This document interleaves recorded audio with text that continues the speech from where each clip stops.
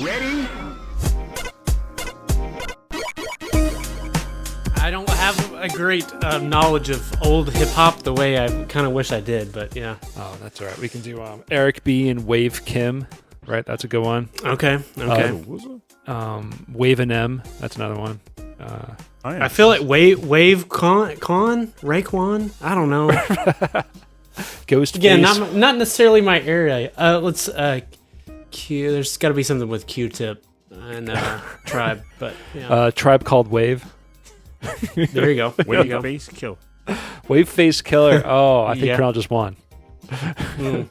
I try. That's pretty Hello and welcome to Rhythm and Pixels. Oh, a video game music Oh, it's podcast. recording. Yeah, I didn't know we started. It's a cold open.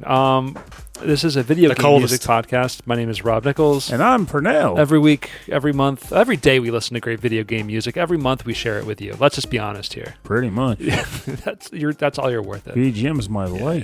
Yeah. All right, we'll see you next month. Bye. No, wait a minute. Also, how you can hear him right now on the episode is our good friend Cameron from the Mad Gear. Hello, Cameron. Hey, how's it going? How you doing? We haven't talked in a while, quite a while. It's been, I want to say the last time, I'm kind of embarrassed to admit this, but I think it was pre-COVID. Yeah. Oh, It's been a minute. yeah. We talked. Yeah, I think it was just after COVID when me and my wife were talking about having a baby, and now we have a baby, and I don't see anybody. Mm-hmm. Yeah. That's why I was running late, because I mean, mine's 7, and sometimes bedtime goes longer. Bedtime prep goes longer than you think. Yeah. And you got to put on the vapor rub sometimes, and that's what was going on tonight. So Gotcha. I feel you. Well, thanks for making the time for us. Mine is only 2. So it becomes like 7 o'clock and he just starts to pass out. And I know those days are going to go away. So I'm just like, let's podcast now. Yeah. Do it while we can. Do all we can. Exactly. Cool. So I know you've been slowly releasing some music and videos as the Mad Gear. And I've been enjoying them and sharing them to everybody that I can because I love your band. And I love the evolution of your band. I feel like you just keep getting better. Well, thank you, man. I really appreciate it. Yeah. I appreciate the sharing and appreciate the kind words. Yeah, we are fans. We are both fans. Pernell, you're a fan. No, I'm not. I'm a person. He's a wave file. I am. Sometimes I can be a wave file when I'm particularly loud.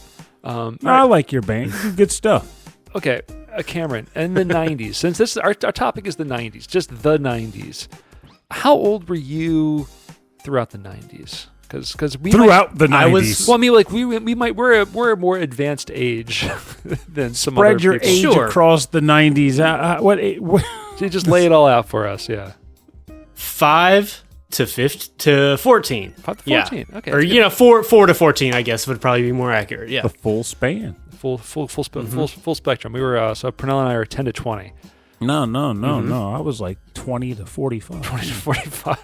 We know that. Well, that's a long 10 years. You're an Yeah. old. You see, I'm I back. always thought that I was kind of old, like too old for like Power Rangers or Pokemon. You were really old for Power Rangers and Pokemon. Didn't Pernell. stop me, though. Had to catch them all. So that's Or at least a couple of so them. that's the joke. Pernell and I are the same age, but he does not like to say that. I'm old. Mm. My bag. Old! My precious bag. All right. So in our last episode, Pernell and I were talking about consoles of the 90s. And then we got into an argument on how beautiful or ugly the Sega Genesis Model 1. Model 1 was. I think it's one of the most beautiful systems ever created, and Pernell is the exact opposite. I didn't say it was ugly. Let's not go honkers here. I just said that I like the Model 2 better. Okay, hold on a second. I've got a Model 2 over here. I'm going to get it down to actually look at it.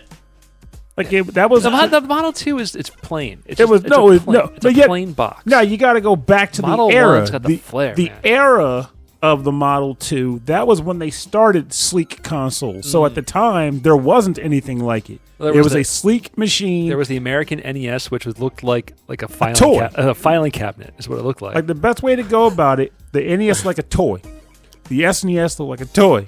And I'm not saying that to be derogatory. No, I'm saying it was the era. They looked like toys. And then the Genesis 1, they were attempting to do something different, but it still had a Thank toy you. vibe. The console wars, the Genesis 1. Thank you. Well, I mean, Clearly. and then Genesis 2 came out, and this was like in 93. They were trying to go for a complete shift, and they were pushing for a mature market. That was their entire angle. Yeah. So they released this sleek, small blueprint Genesis console.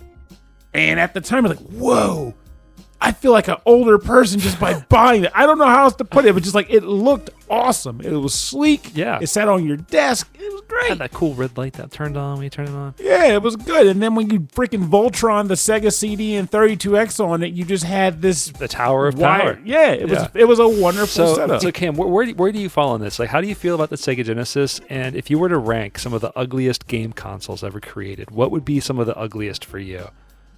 Okay, Because we have opinions. Gosh, I don't want to go too long on this because I've got a lot of thoughts here. I grew up a SNES kid, Yeah. SNES through and through. I hated on the Genesis, but it was that typical thing where secretly because I wanted both, and I was not in one of those families. We'll say we were a one system family. Yeah. Us too. The original Genesis, granted, I'm not looking at it, but the second version is not my favorite. I like the original one because I feel like it has the vibe of the Genesis, which is like, this ain't your grandpa's. Of course, you didn't have a grandpa that had but it was black and red, and it had the slider for the It was the headphone headphones. For volume. the headphones, that's right, yeah. And I always thought that was so weird. I never knew anyone that used headphones, but it was cool anyway. It like had that vibe of like, this is the cool system. I can picture an apartment kid using the slider. Like, mom's in bed, like, turn that thing Well, down. I used to use it when I wanted Yes. to listen to the music when everyone else was like, like watching the news or something like that. And then I realized that the sound of the Genesis was like way more interesting when you actually had headphones on. Oh, yeah. Yeah. Yes, I could definitely see that happening. Yeah. The Yep. version 2, I would describe it as plain. Yes, I don't hate it, but I feel like if I were holding both in my hands, I would still be saying the version 1's cooler, just because it's got something going on. That's what I was saying That's where I before. fall It's there. like it is plain now because after that, everyone shifted to that market. Most companies anyway were like, let's make this thing that looks sleek and not very bumpy, just this very plain looking thing that just sits on your entertainment center.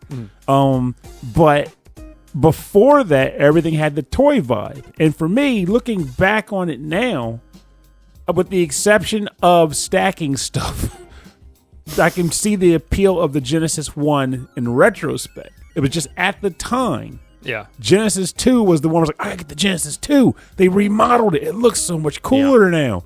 And that was also when they took all of the boxes and gave them the red spine with the black lines going across it. Yeah, Like, it was an entire overhaul they went for. And the whole idea was like saying, like you made the comment about not your grandfather's game console. I perceive that as being like a general vibe. It's like, this isn't your kid's game console. I know, it's mature Right. games like Mortal Kombat. Yeah, I was gonna say our Mortal Kombat has Ren and blood in Stimpy, it. like, I don't think it's mature. It's just violent. But that was the angle they were that pushing. was what they were going for. Hell, even Sonic. This it is was going like to be the platform of Vector Man. I mean, where else could Vector Man go but the adult system? Vector Yeah. Man couldn't live in any other system. So yeah, we were also a one console house, and our console was the Sega Genesis. And my brother was into the sports games, and I played everything else. So that's all I did. And then even into high school, like when I didn't have a PlayStation for a long time. Every console I bought was secondhand, so it was always like way later. And I just played the Genesis and my Atari all through high school. I was actually waxing nostalgic about this very thing earlier today for different reasons. But growing up, despite being in a low-income family, we were the only kids on the block that had both systems. We had we had a Nintendo. At one point, we had a Master System by way of the Power Base converter. You had a rad uncle. Yeah, So my let's say uncle that, yeah. and my mom too. Like my mom. Did he work came at through Nintendo? hard. I wish. Oh, I wish. He was like 16 or so at the time that I was a kid. So he was like doing the first job, buying all the stuff. But then, unlike me, he matured and gave all the stuff to me when he was like, I don't need this anymore. I'm getting girls. Here, Pernell, have all these cool games. Yeah, like we had a Super Nintendo and a Genesis in the house, and I became the Nintendo kid, and Darnell was the Genesis kid. So we used to like back and forth, like which one is better. But ultimately, we didn't have to care because I could go play Chrono Trigger and then walk into the other room and play Streets of Rage, and it was great. Yeah. But then eventually, PlayStation came along, and my friend JR had the PlayStation, so I would go to his house and play that. And I was talking about how much I really wanted to get a PlayStation, and eventually, I started trading in old games, hoping to get a console. But my brother got his first job before me because he was older than me, and he got the PlayStation. I can't remember what he bought it for, but he wanted the PlayStation, and it didn't make sense to have two PlayStations in the house at that time. Later, it became two because I wanted my own stuff. But I traded in all my Super Nintendo games and stuff, and then bought the Sega Saturn, which at the time I was like, man, talk about the consolation prize this is. And I was happy, at least eventually, because I bought Guardian Heroes and Rayman are my first two games I got. Knew nothing about either game, didn't know anything about Treasure or any of that stuff. I just knew these are, I guess, the best looking games on the shelf. Maybe I'll be lucky with them. And took it home, and oh man, Guardian Heroes alone was pay dirt.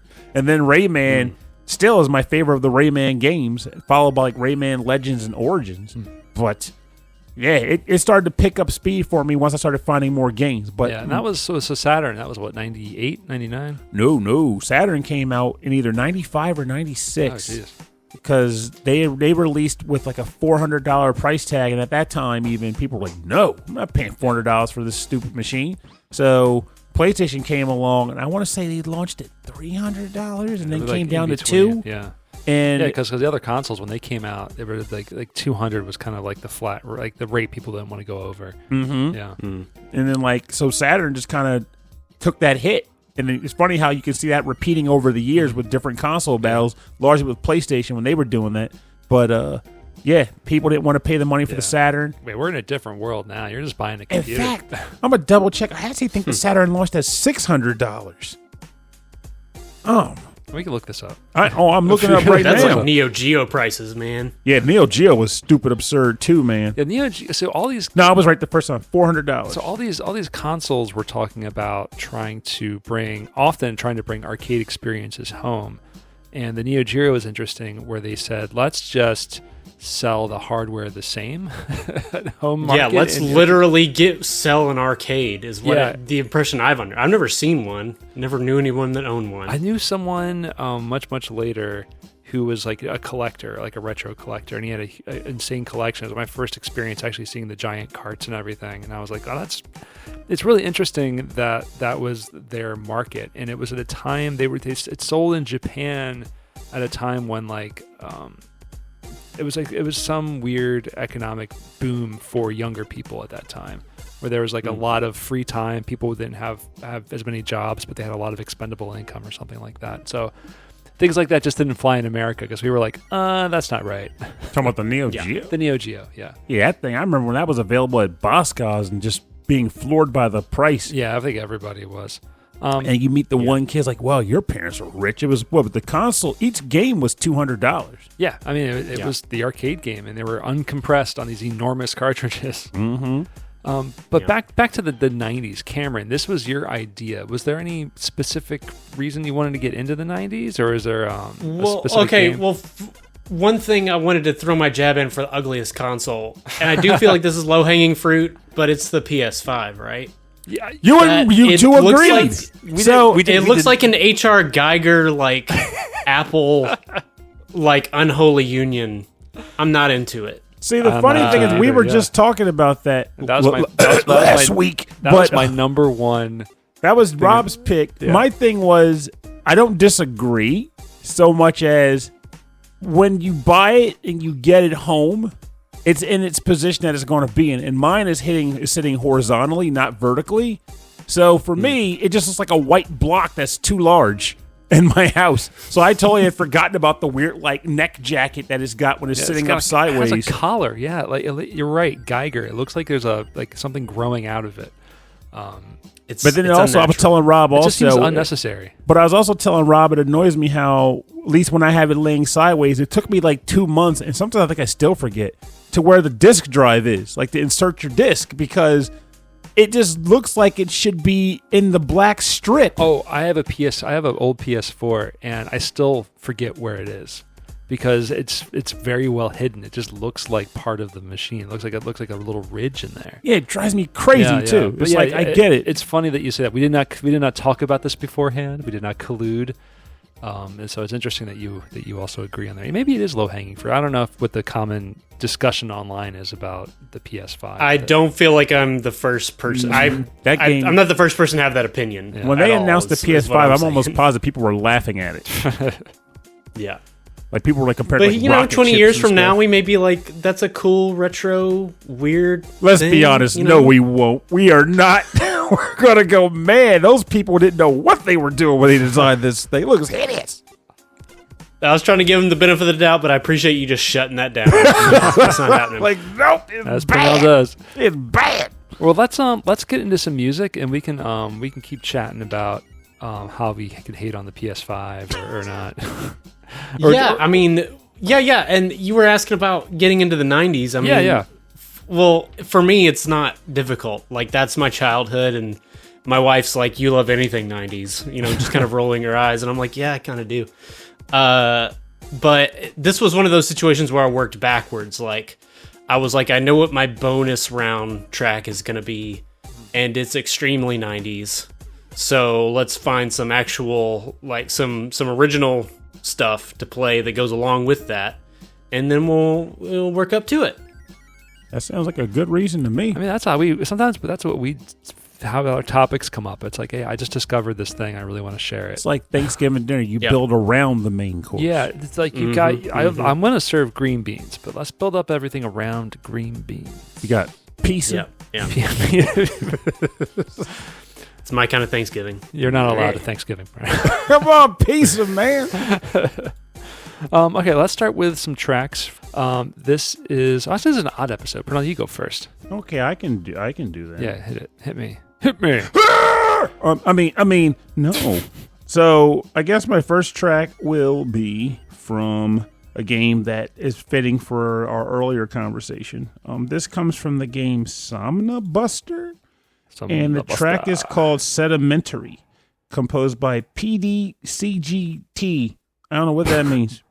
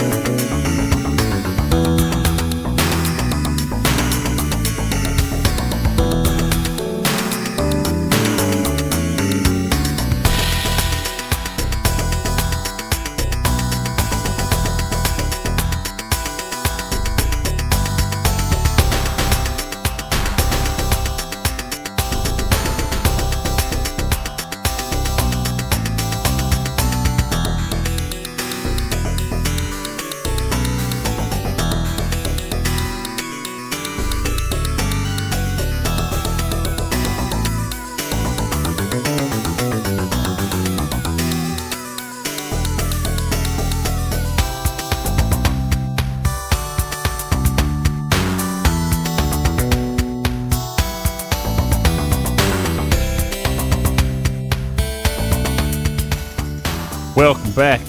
You were listening to Sedimentary from the game Somna Buster, composed by PDCGT. Primary dose of chili infused grapefruit tonic. Oh, okay. That's delicious. And nutritious. So you said, so we were listening to this, and this definitely sounds like classic FM synthesis from a Genesis. But you said they use a YM25 something or other. I thought I said a YM2551. Okay. And probably something else. But I played this in my first. It just came out recently, and I bought it because visually it reminded me of like a dirty Genesis game, and audibly it reminded me of like a fuzzy dirty or like a dirty fuzzy, like fuzzy. body. Oh, like fuzzy. Okay. And then audibly, Unlicensed. Yeah.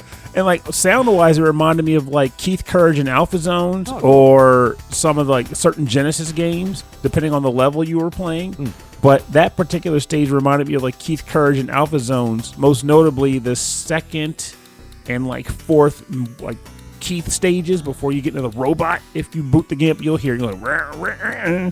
But it hits the right notes for me, and I've been enjoying popping around with it. You're a little witch girl running through a fantasy world trying to get home because you were isekai'd there or whatever. So, and like the platforming is like a double jump. You can swing your broom. You have a spin jump, and different levels have different gimmicks. Like spin jumping into a vine on one level will send you ripping up the vine and off the walls. It's really cool. It's a lot of like environmental like aspects of the platforming. That's fun. I like that. Yeah, there's like one level that has like Sonic Advanced level like grinding stages and sections and stuff like that. It's pretty awesome. That's cool. Yeah, I never heard of this one. I was like, when the topic came up, I was like, Pernell, gotta think of like maybe it's like some indie games that I don't know about that have like the aesthetic of this. And it's cool that they went so far as to do it with the music too. Oh, they went all in. Yeah, I really like indie like demo scene music on like old Genesis style hardware, which is really cool. Yeah. Honestly, so that's one thing I like about Steam. There's a lot of times, well, I don't want to say there's a lot of games because I don't have a ton of them, but I very frequently come across games that attempt to ape a previous style or a classic vibe. Definitely with survival horror games, I'm noticing lately there's a lot of those like those like Resident Evil 1 style.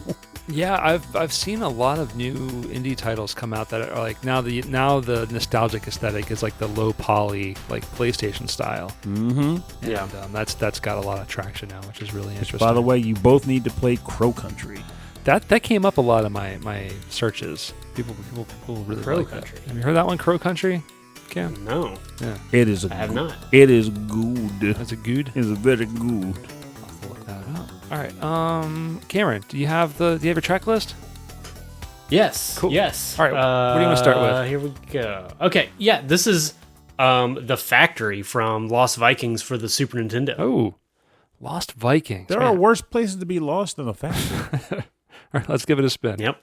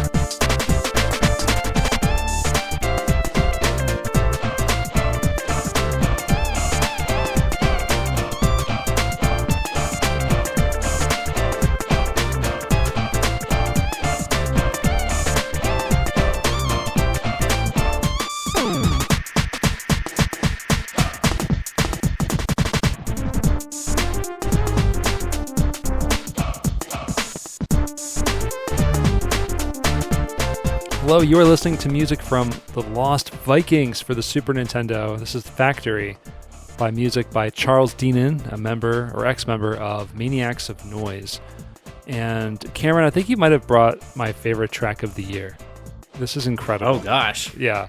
It kind of speaks for itself. And in terms of the 90s, it checks a lot of boxes, dude. It really does. Like, we've got New Jack Swing vibes. Yep. So, like, Marky Mark and the Funky Bunch, or like Belle de DeVoe or something. Yeah. Early Janet And Jackson. then you've got, and then you've got the, like, like the upbeat goes or hose, like, whatever they're saying. Go. go. Yeah. Very reminiscent of what's that? Philly, the Boys to Men song. Oh yeah, they did that. Motown Philly. Okay, I'm like that's the only one I can think of. So I was thinking about if that's not that. I'm House of Pain, Jump Around. Where Yeah. you go, jump. Motown Philly's back again. That one. What is another Boys to Men song? Because seriously, the only one I can think of is Why that don't one. we go to the end That was Boys to Men? of the road? Yeah. Yeah, all the other ones are like slow jams. No wonder I can't They were like, remember let's put out one super high energy party song, and then everything else is, girl, you know I love you, and like just the smoothest. So their like, first vocal song. pop So the you thing can is, their imagine. first song they were boys, and after every other song they were already men. They There's couldn't a, go They were back. two men. There's a show called The Unbreakable Kimmy Schmidt on Netflix, and one of the main characters, he's supposed to sing that song, the really sad Boys to Men song, at a funeral. And they go, hey, you got a beautiful voice.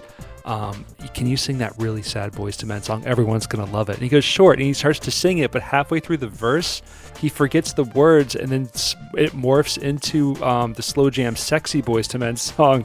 Like, And wait a everyone, minute. and like no one's I'll make love to you. Yeah, I'll make love to you. And like everyone's like doesn't even hear it, doesn't even register. They're still in Motown Philly. Yeah, That's amazing. I was like, wow, this is really this joke was like specifically for me. I don't know why they did. Yes. did that. Did you have any experience with the Lost Vikings? Because I've only ever seen like box art of this thing. Yes, I played both. There's the original one and the sequel. I played them both on the Super Nintendo, or like rented them. They were made by my impression is they were made by an early version of Blizzard, before Blizzard was Blizzard. So it's some of that same team that I guess went on to do the original Warcraft game, or StarCraft and stuff. That's interesting. I don't know much about that. Excuse me, about the company with it, but the fact that they have Charles Deenan on this music, I think that's usually like a Western developer, maybe ties to like British or European development houses. So Yeah. that's really interesting. I have a feeling the rest of the music isn't this funky. It might be. I can't. I'm having trouble thinking about the specifics of the rest of them. This one's definitely the standout one, and the other ones to me were just a little blander, I guess. But it's been so long since I've gone through the rest of the soundtrack, I don't really remember. Factory funk. I'll have to go about. I'm very curious now after hearing this. All right, so let's get really 90s here. Okay, this is for the Super Nintendo also, a game starring, and you get to play as Michael Jordan, Chaos in the Windy City. That is Michael Jordan versus Space Aliens. Ice ball. this is Fireball. music Basketball. by, there's a lot of people credited for music in this, music and sound. I'm not sure. I think it's mainly David Whittaker, but also we have Don Vega, Mary Allen, and Mark Farley. We're going to listen to the main theme music, which is probably the only good thing about this game. Hey, it had Michael Jordan in it. And it also had Michael Jordan, so we got that. And some pretty good sprite It artwork had for him. Chicago in it, There is. You're not really in Chicago, but we'll get into that. but the chaos was there. Oh, it's made by Ocean too, so that's kind of promising on the music.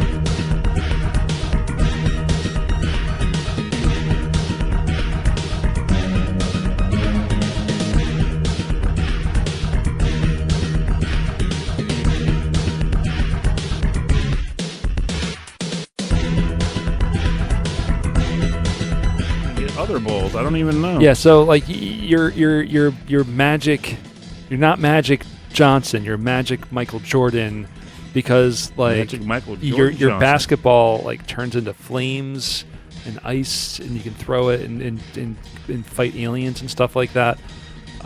But yeah, it's notoriously like really, really bad because like the platforming is really bad. The animation's really good, and because of that, like the controls are really poor. What I think is interesting though is that he's dribbling the entire time. Yeah, he doesn't give up, man. Even in an alien world, he has to remain. He has to stick to the rules. No traveling. If he throws the ball, he has to generate a brand new ball and start bouncing that one. He is the greatest for a reason, and that's because he had never stopped practicing. ABD, always be dribbling. Always be dribbling. Actually, I thought we could read the story of the game together. Would that be okay with you guys? Okay, there must be something going on with this. All right, so I'm going to. I have the. Once upon a time in a land far, far away. Do you have it in Chicago? Front of you, or do you want to read off my screen? I have to read it off. Oh, hey, it's on the board, Bagob? Yeah, if you want to scroll down the board, Bagob. Oh, it's right here. Okay. All right, so I'll be the announcer. Okay. Pernell, you're going to be Michael Jordan. Okay. And Cameron, you got one line. You're going to be Dr. Max Cranium. Is that okay? Okay. What's my motivation here? Am I a bad you're guy? a doctor whose brain is exposed. You have decided to kidnap the Chicago Bulls in order to, I don't know, power batteries to destroy the world through basketball. Huh. I'm not really sure. Smart. I really enjoyed playing with you guys. So Let's play some basketball. This is the only story you get in the game. There's this at the very beginning, and then there's about 4 hours of video game, and then at the very, very end, I thought there'd be like some more that we could do. Scottie Pippen shows up. It just says congratulations. Oh man, Thanks, Michael. That's all right, so all right, here we go. Announcer: it's a windy day in Chicago. First practice for an all-star charity game. Michael shows up and finds his team has disappeared. Their stuff is here, but they're not. This is weird. Suddenly, through a skylight, crash! A ball with a note scrawled on it. Mr. Jordan, if you want to save your pals, come to the Egyptian room in the Field Museum at midnight. Come alone. Dr. Man, Max this is serious. Cranium. Sorry, I had to sign my note in my own voice. When you sign something, you have to say your name. Like when I'm at the bank, Yes. I go, Robert Nichols. Man, this is serious. Better check it out. That night, a guard lets Michael into the closed museum. In the Egyptian room, Well, I'm here. Now what? Hey, a door in the wall. he enters warily. What the?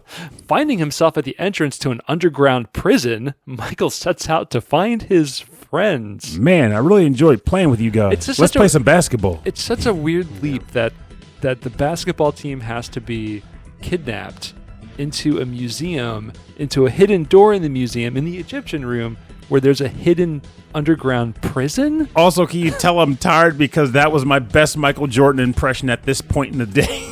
I was like, wait a minute. Michael Jordan. I thought it was flawless. And also, the saddest part is that my only recollection of Michael Jordan's voice is not his voice on TV or during an interview. It is the Michael Jordan doll from Space Jam.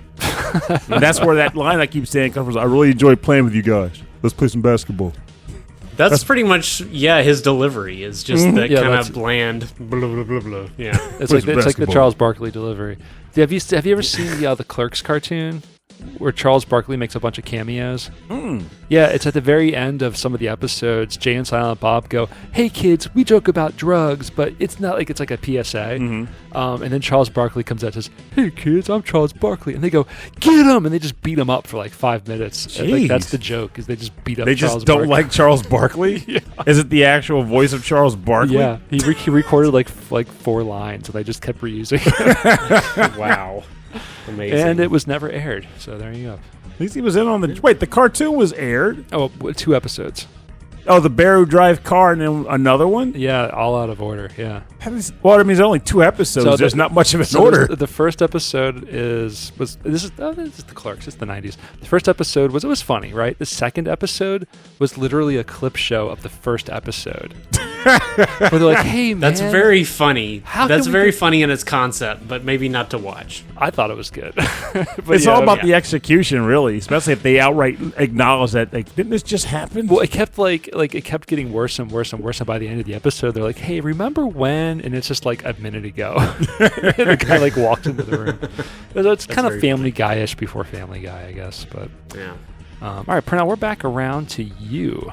Just as I put my phone in my pocket, Michael Jordan energy spent. So this track comes from a game that I bought. It ended up on the shelf of opportunity, and one day I'll actually play it too. I like the name. I like the name change from the Shelf of Shame. Oh, it's still that too. It's just interchangeable. This game is called Grindstone, and the track title is called Jungle Gyms, and is composed by Sam Webster, a new name for this show.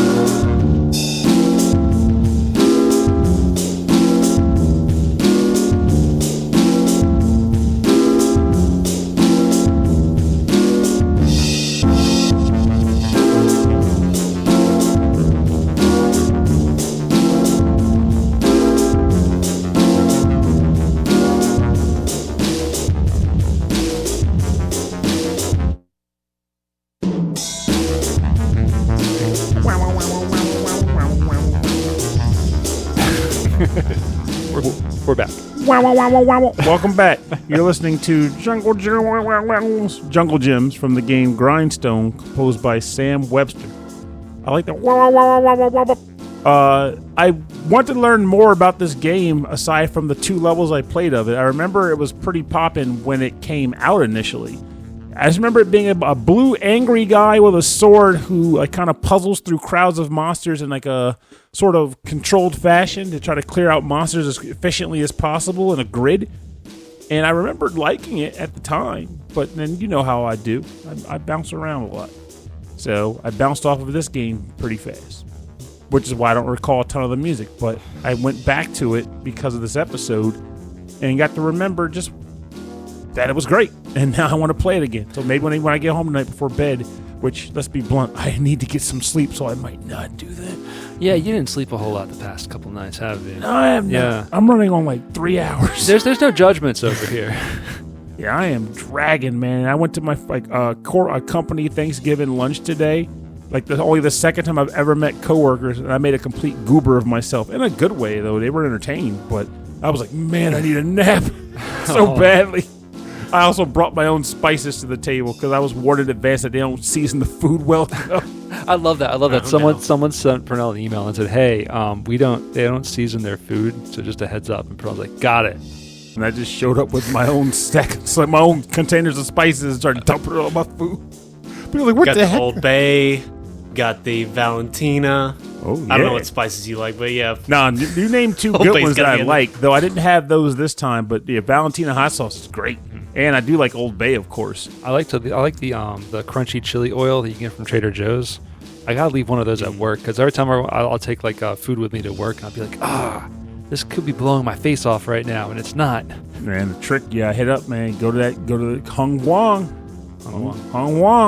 I'm mispronouncing it. I don't care, but that is where you go, and there's a world of that stuff. Like, I go there, and I just, pick out 5 different ones to see which one ends up being the winner.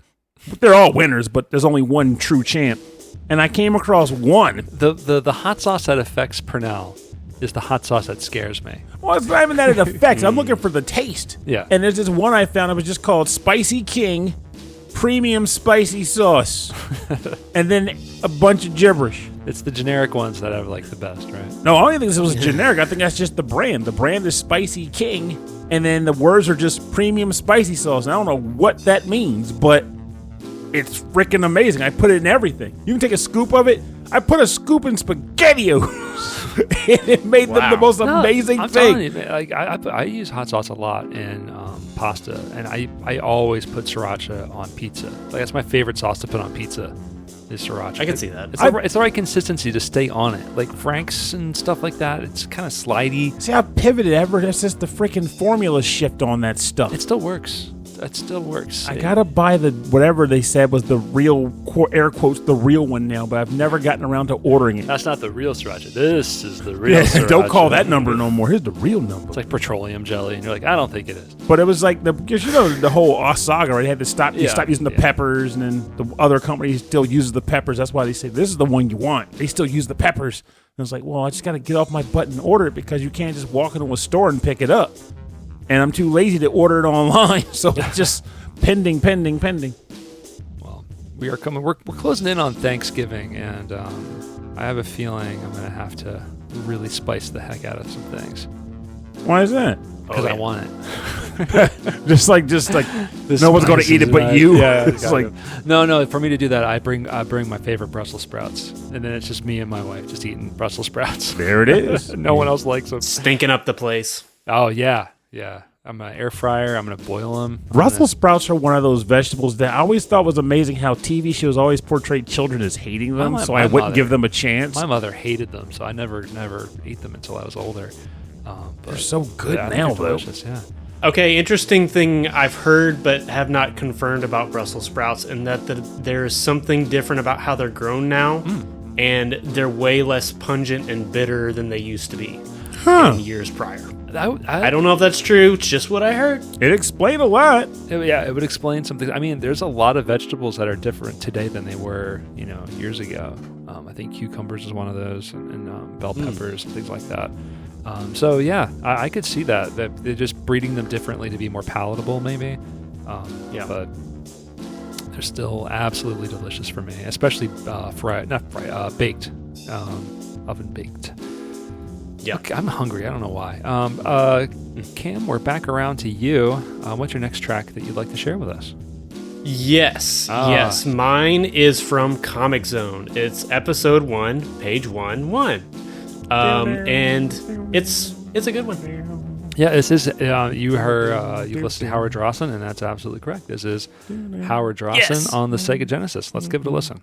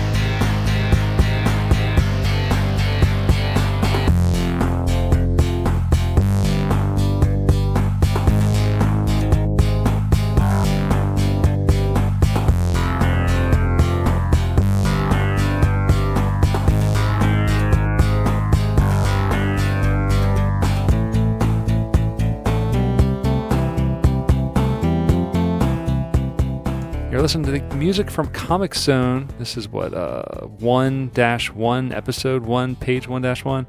Music by Howard Drossen on the Sega Genesis. I love the Sega Genesis trying to emulate a guitar. It's such a harsh, really rough sounding noise. And I think it kind of rubs people the wrong way. But I feel like this game and Skitchin, I feel like it's very successful in emulating that sound for me. Well, I listen to the comics. I almost picked a Skitchin track. So Cheese grater. Glad you pointed that out. I love that Cheese soundtrack. grater, Yeah. Yeah, but like I love that game, and actually I have tried to sketch before. That was a really stupid thing to do. That's what Christy's older brother used to do that. Oh, he used to actually sketch. Yeah, his friends would like drive around parking lots because he was a skateboarder, and they would grab onto the back of the cars and they would go around. Like I love the game. I love the audio. It's just fantastic. You wouldn't know that knowing the guy. Oh yeah, sketching. But like the audio for this game. Even now, I still listen to this OST all the time. It's like a really specific like '90s grunge sound, where like Skitchin and Road Rash had kind of like a hard rock kind of element to it. This had like a Pearl Jam kind of Nirvana sound to it. I would. I would think like Skitchin is kind of in the green jelly, sort of like alt metal, 90s alt metal, and then if we're talking Comic Zone, to me it seems very like there's a band called Helmet. It really reminds me of. Is it spelled with a U? But no, it shouldn't be. What was the other one? Oh, Road Rash to me kind of has almost like it's hard rock, but like classic rock influenced. But it's all like in that same kind of like bowl of we're gonna make the Sega rock.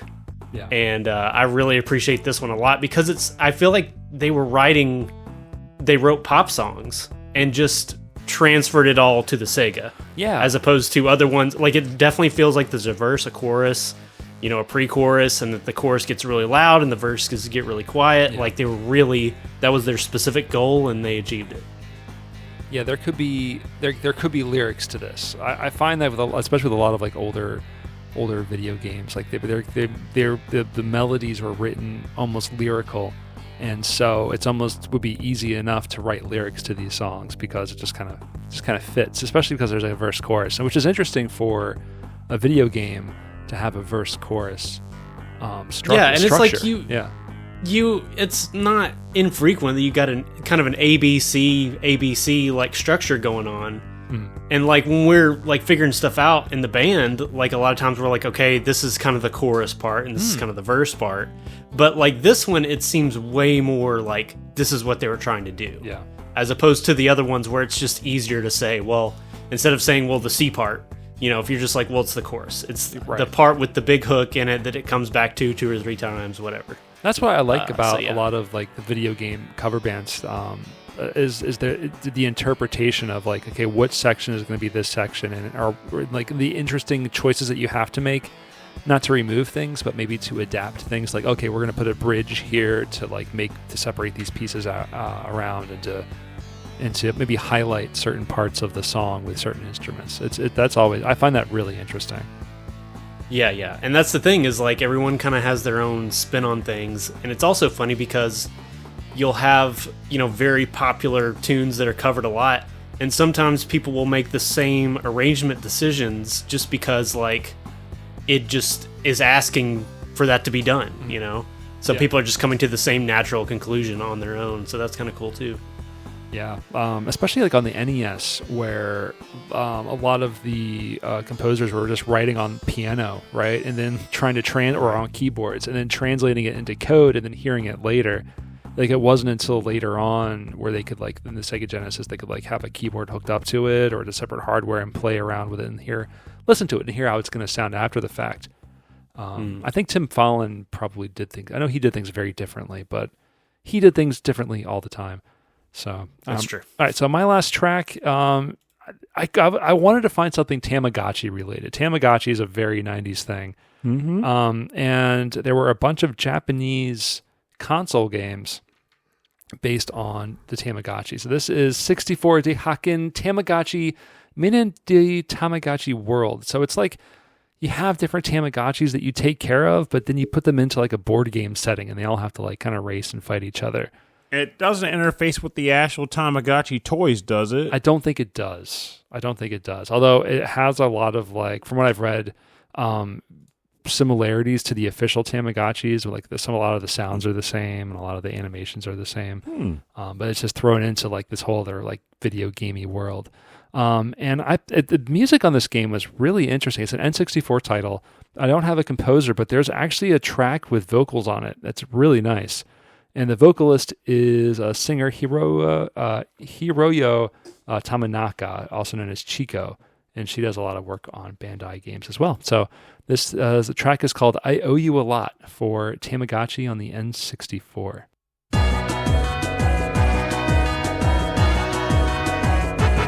始めよう次は2つそして3つそれは何かな甘いゼロでラブで10でそれは謎でだけど夢だねなぜだかわかるかな誰だかわかるかなとにかくやってみよう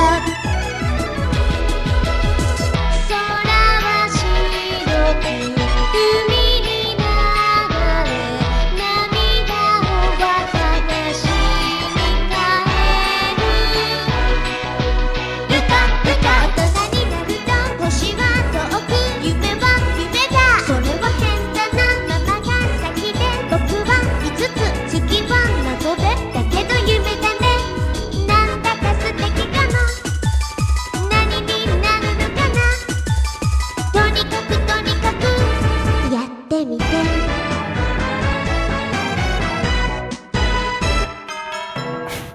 Yeah, I think it's the credits music. This is I Owe You a Lot from 64 Tehaken Tamagotchi Minya de Tamagotchi World. That ending was hilarious. I got a real kick out of that. The little like wedding church bell type things. It's very very strange, but I really liked it. The rest of the soundtrack is very N64 kind of goofy, like childlike. And then hearing this all of a sudden pop up, it just really, I was like, wow. I would just swing it. And the sound quality on the vocal was actually really, really good, which was also I was surprised. Yeah, really surprising because they didn't have to compress a whole lot, I guess, because there weren't a whole lot of other tracks in the game, and it's a game based on Tamagotchis. How much memory is this thing taking up on an N64 cart, right? That got me thinking about that. I'm actually surprised that they might, I just haven't found it, but like a Tamagotchi game for cell phones. Because I think the appeal would be even greater now. I would say the analog to a Tamagotchi game on the phone, if there isn't one already, like stuff already out there, is probably those idle games, but like the incremental idle games. Oh, Raise the Pop Stars. Yeah, I go on there and it's like, okay, I have to create more paper clips and widgets to do this and do that, and then you turn it off for like a week and you come back to it and you're like, oh, all this stuff happened. I have to add more to it. Maybe I'm reaching. I have no idea. I'm sure there's plenty of stuff out there. We're just not the demographic for this sort of thing. I'm gonna check right Wasn't there now. Neopets? Wasn't that a thing? Like a website where you go that I think is still in effect. You think believe so? it or not. Yeah, and also, holy cow, there is a Tamagotchi game. My Tamagotchi Forever. Forever. Collect and nurture And ever. adorable virtual pets with this fun packed twist on the classic creature care game. Download it. No, it has in-dad purchases. Actually, maybe I will just to see. I might just do it. They didn't make it to me just for free, so I'm Well, it's more like I'd rather just pay for the game. I don't like when they're like, "Hey, infinite money stream." I don't know. There's a lot of people out there who are like, I don't want to.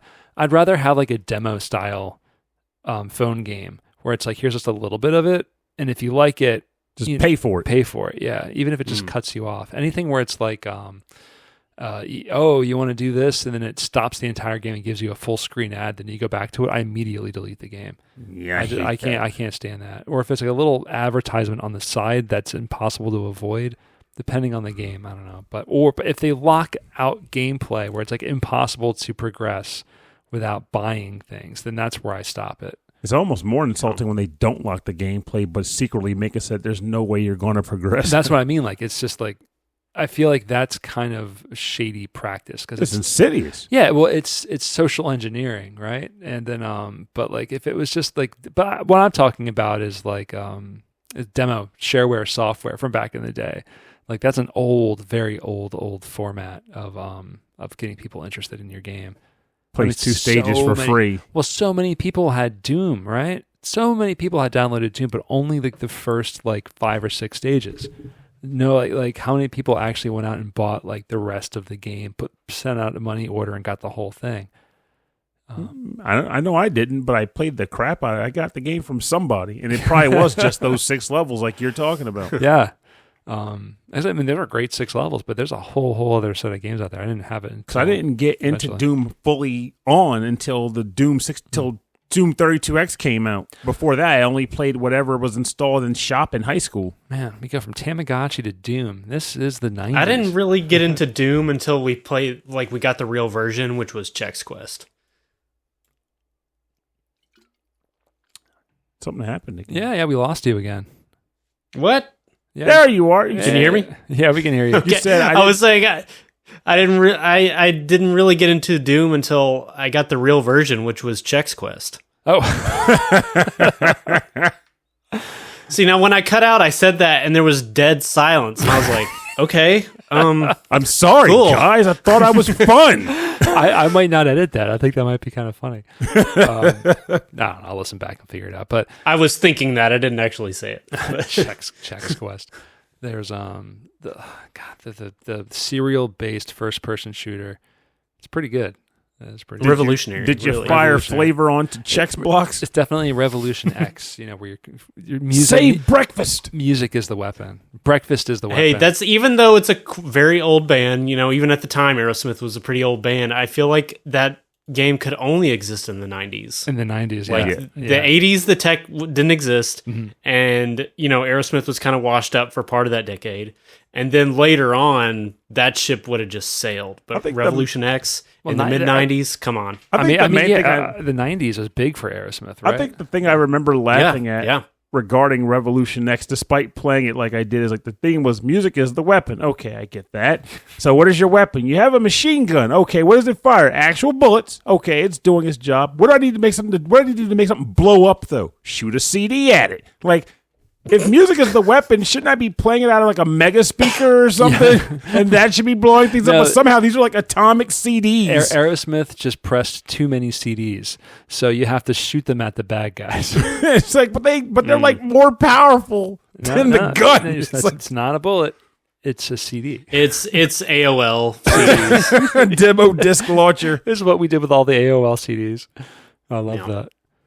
All right, so we are on to the final part of our show called the bonus round. Bonus round? Bonus round. Oh, it's the bonus round. We have a BR. Bonus?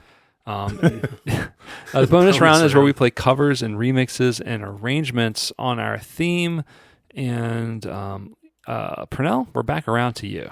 I'm just going to ask right now, if somebody listening to this knows of a really good remix for Shinobi Walk, please send it to the show, because I didn't find one in the time I gave myself to choose a track. So I'm going with another good remix from a game that I think is definitively 90s.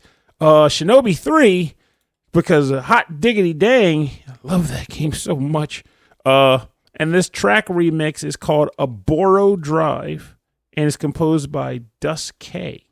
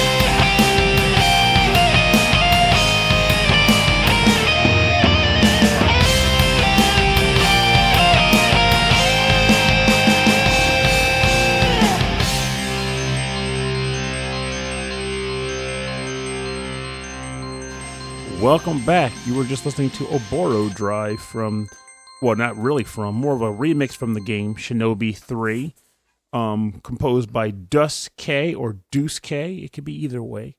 I don't know. You're not the boss of me, world. I'm just trying. I'm trying to get a nut. I'm trying to Deuce squirrel. K either way. I'm trying to squirrel over here. Trying to squirrel away all that good music. That's right. I love Shinobi 3. And reason why I think it's very 90s. It's like, well, ninjas were really popular in the 90s. The idea of this character being a sort of radical ninja, but not being called Kid Nicky, that's very 90s.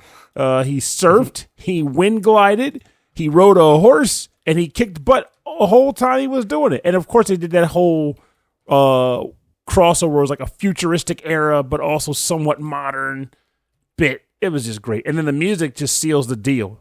I feel like this is one of those games, the rare cases where I can outright remember and acknowledge this OST had like hip hop vibes, it had R&B vibes, It had everything, man. It did the do. Yeah. People will hear this and be like, "Wait a minute, This is a game." Yeah, Like this is one of the games I used to put on the roster where I was like, if I were going to come up with a roster or a list of video game tracks to play at a bar or a club, and say I was like, DJ Koshiro or something.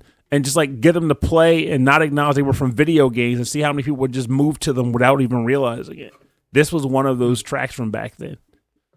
Man. It's wonderful. Yep. I agree. Yeah. Shinobi, this soundtrack has some of like the nastiest video game music I've ever heard. Like just the funkiest, weirdest stuff, and it's pretty cool. Yeah, it's some of the best. It is really some of the best on the Genesis. It's up there with. For me, it's up there with like the Streets of Rage series. It's up there with music from Phantasy Star. Oh, absolutely. And Do-do-do-do. yeah, it's really amazing. And any of the Sonic games. So now we're on to Cameron. Cameron, this is some music that this is what we worked our episode around. So I want to hear it. Yeah, well, you have heard it, buddy boy. Yes. I've been looking forward to doing this for a long time because you are featured on this track. Yeah, and you on the ones and twos. And I had to give you a whole lot of like crap to edit, so I really appreciate you editing. No, I don't remember that being much of a thing at all. Oh, good. You gave me some really good material to work with, and it was exactly what the track needed.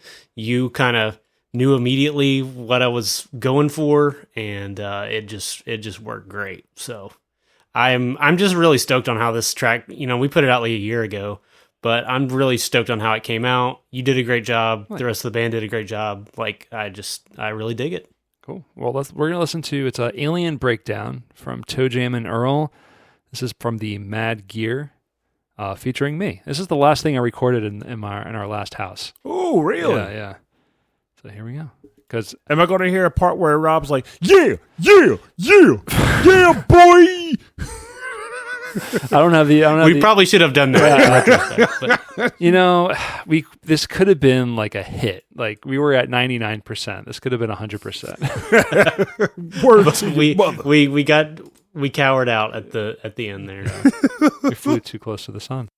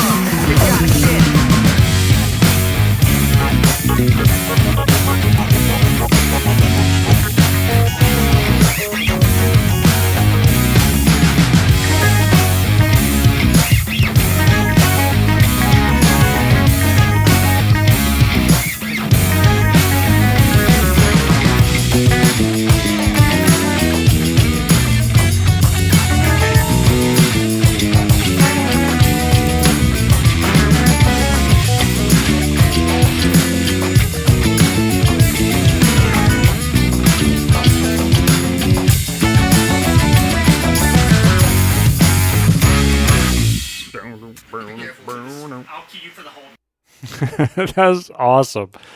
That was I was tapping. yeah, that was amazing. Alien Breakdown from Toe Jam and Earl, the Mad Gear. Cameron, you guys are sounding better and better. It's incredible. Thanks, Val. I mean, yeah, it's been actually, yeah, we're in November now, so it is literally like the band's 10-year anniversary. Wow. I'm the only original member left, but You carried on the energy of them all, like the Golden Girls. that's exactly everything I do. I try to do it like the Golden Girls. Blanche is my spirit animal. Yeah, you dress the same. Yeah. Yeah, totally. We have the same proclivities too. Just kidding. But yeah, this one, man, I was just so happy with how it came together, because sometimes things like this, you're just unsure because, we're kind of a rock band. So this is it's a little more funky, a little more low key, but it came together. The sax player has sworn off on ever playing it live because he said he'd never be able to do it. So there was some fakery going on with that one, but again, I'm just really stoked on how it turned out. And again, Rob, your contribution just really put it over the top. So Thank you. I added some of the sound effects and the scratching and stuff. That's all I did. So, but yeah. I have kind of like a monthly gig at a local brewery that I play hip hop at. They let me come in and take over their turntables and do that. So I still keep up on it. So you got to sneak this in there. Yeah, I probably will. yeah. I get my digital vinyl set. It's a full vinyl thing going on, but yeah, it must be really, like, this would be a challenging one too. I can imagine live, just because like I feel like all the instruments are kind of in that funky, syncopated, like kind of disjointed way that it works, but like they kind of come in at different times, and it's like I don't know. Maybe it's the bass line that gets me, because it's just so that do do do do do. Dude, I'm like, I love that rhythm to the whole thing. It's just so much fun. Yeah. It's got a strange feel. Like, basically, yes, you've got the bass and drums are pretty straightforward, but the things happening around it are weird. Yeah. And like funky, but also just like confusing. And when we were trying to like get it together, that was very obvious. Like, we did an earlier version of this, 2016 or so. And we played it live, and I listened back to one of those recordings, and I was like, this is very bad. So trying it again later, like having a second pass at it was really cool to like, be able to cross that finish line. What's funny is if you look up the hold music, like the WebEx hold, like the Cisco hold music on YouTube, like your video is one of the first ones that comes up. That's awesome. The cover that you guys do, which is always funny, because I think like a little picture of like you, like, because you did like a whole, you collected videos from a bunch of people in the scene, and I'm like, including you. Yeah, I'm like, what am I doing in there? It's just really funny. It's probably just like my algorithm on my YouTube, and of course that would show up. But I have a feeling people are like, hey, what's that song? And then they find your cover of it, which is really jamming. I hope so, man, because again, that's one that I wasn't sure how it was going to turn out. It's okay. And yeah, the video was just a ton of fun. We got a ton of people to help out with that, including you. So yeah, it was just a good time. Yeah. Was that COVID time? I can't remember. It was 2022. We did it as like an April, or maybe 2023, but it was like an April Fool's thing. That's what we're no longer doing video game music. We're doing only like incidental music like this. So yeah, it was great. It reminds me of when WASD, Austin Green, they did they came out. That's what I was going to refer to. He did a Canyon. The Canyon MIDI. And it'd be nice if somebody just was like went all in on that, just like did a bunch of the MIDIs. He's like, all right, here we're going to do. I don't even remember the names, because Canyon he did it because that is the one everyone remembers. Yeah. But I remember there was a whole suite of them. So just do them all. Yeah. Awesome. And he also made an appearance in that video. That's right. Yeah, that's what made me think about him. The Cisco video. Yeah, Austin is incredibly talented. Yes, he is. I agree. Yeah. I think that's a good place to drop off on the bonus round. So for more information on the bonus round, go to rhythmandpixels.com. We'll have links to the artists' Bandcamps and SoundClouds for the Mad Gear, especially, you can go listen to the music and buy the music, support these amazing artists. Bop your head back and forth to the sounds of groovy jazz. Yeah, boy. Word to your mother. Everyone do the B-boy stance.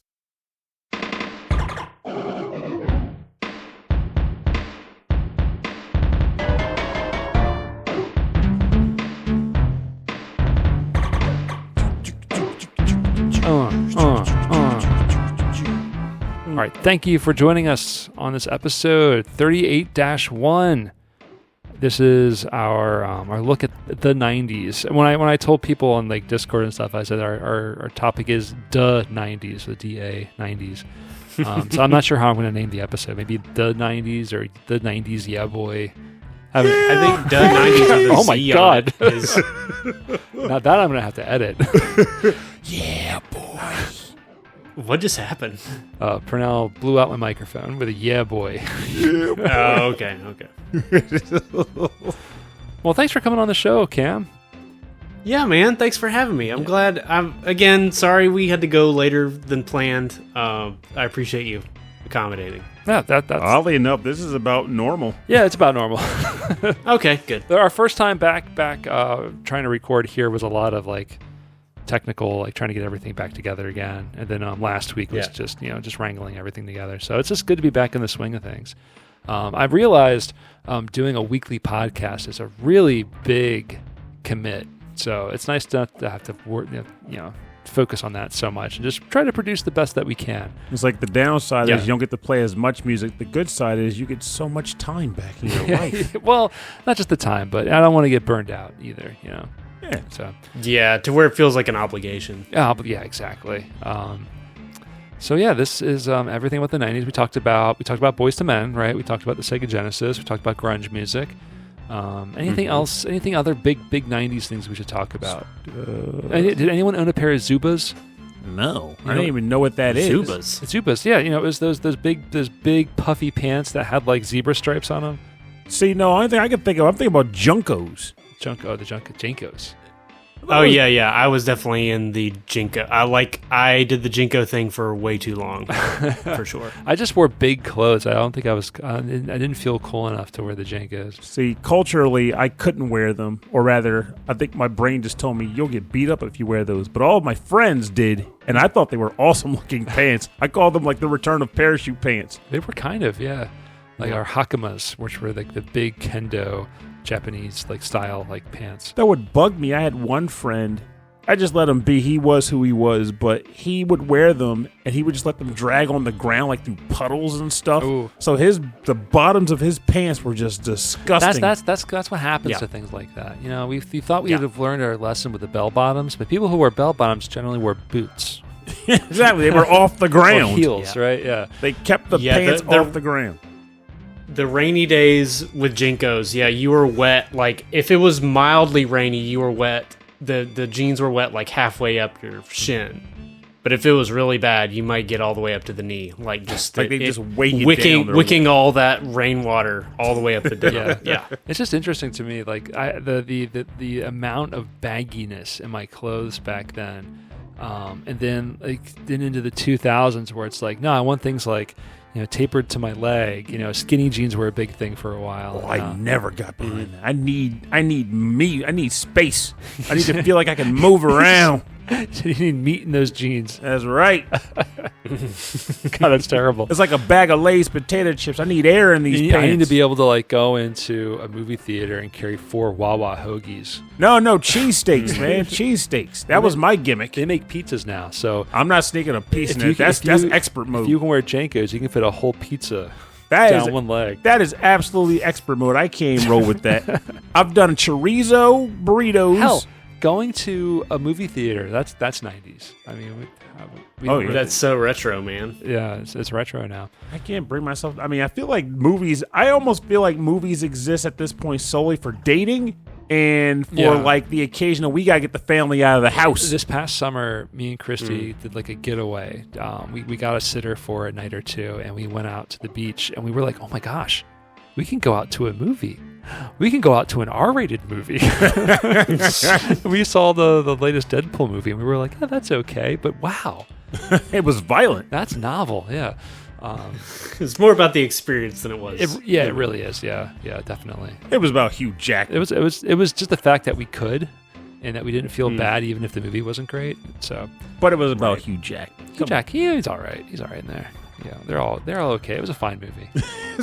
Fine movie. Still haven't seen it, even though there was, yellow costume Wolverine is something I've been hoping for a long time. Yeah, it's once it gets out streaming, it's worth taking a look at. But I feel like the first one, even the second Deadpool movies, were surprisingly awesome. I love the first two. I haven't seen the Wolverine one. When it came out, I was like, I'm not going to watch this. This looks terrible. Then we finally just turned it on. And I thought, oh wow.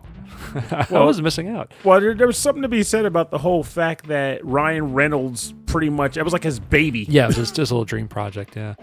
Anyway, so I need to get out of here. My voice is starting to go, if you can hear that. Cameron, thank you very much again for coming on, spending some time with us. Sure thing. And next month, we don't have a topic yet, but if you have any ideas, please let us know at rhythmandpixels@hotmail.com. That's usually your line. Yeah, what's going on? You're too tired. Tired. What happened? What happened? We'll fix it in post. Was I forgot? No, we're not gonna.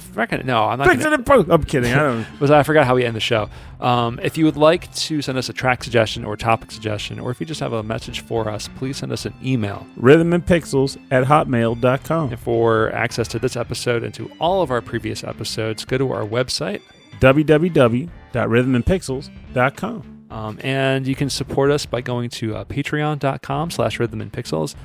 There we have access to all of our old episodes ad-free. You can also get the episodes ad-free on YouTube. But if you just want to support us, we also have a YouTube stream that I keep up, also along with KVGM, The Last Wave, a fantastic podcast, VGM podcast.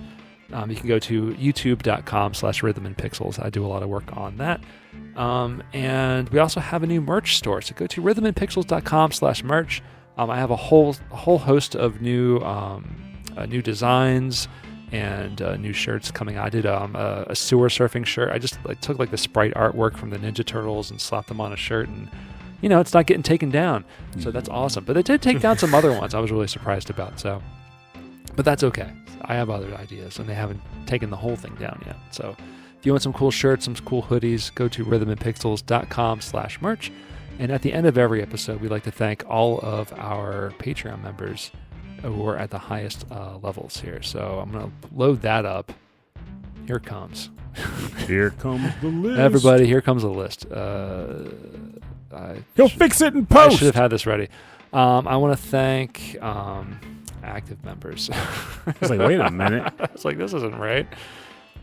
Something's aloof. Yeah, I usually have this right. I want to thank Christopher Senstrom. Thank you very, very much. Very, very much. I saw you wanted to donate this month, and we really appreciate it. Much appreciated. Thank you very much. Thank you to Corey Clark. Thank you to Khalid. Thank you both so much. Yeah, also your emails, Khalid, are always really welcome. Kristen, GameFan44, Steve Miller, Zach Thornbach, Mike Myers, Antmaster, Brian Pitt, Cameron Werma, Carlos Kung Fu Carlito, host of the Heroes 3 podcast. I think he's just back from Japan, so he got some really cool photos.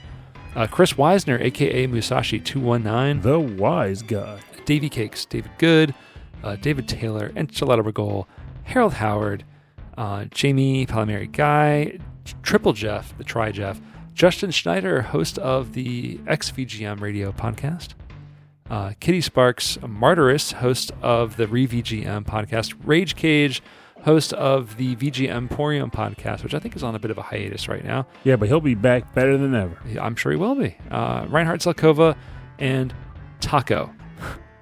Thank you very much, Taco. Taco. Thank you, all of you, and thank you many, many more for your continued support of our little show. I really do appreciate it. It keeps the hosting of the files. We're not on the Internet Archive, so when that went down, our podcast... We were safe. Yeah, we did stay up, and the host... Is it still down? I don't know. I think it just came back up recently, but it just kind of shows how fragile it is. Yeah, fragile, and yeah, it's definitely out there.